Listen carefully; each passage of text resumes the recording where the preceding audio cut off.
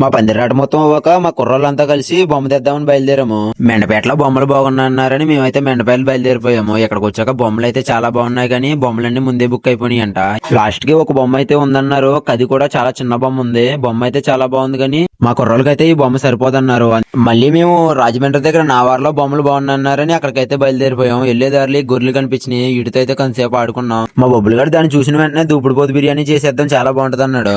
ఇక్కడ కూడా బొమ్మలు చాలా బాగున్నాయి కానీ చాలా రేట్ అయితే చెప్తున్నారు. మా కుర్రోళ్ళంతా కలిపి ఇలా బొమ్మ నిలబెడదామని అనగానే మా బాబాయ్ నేను స్పాన్సర్ చేస్తానన్నాడు బొమ్మ.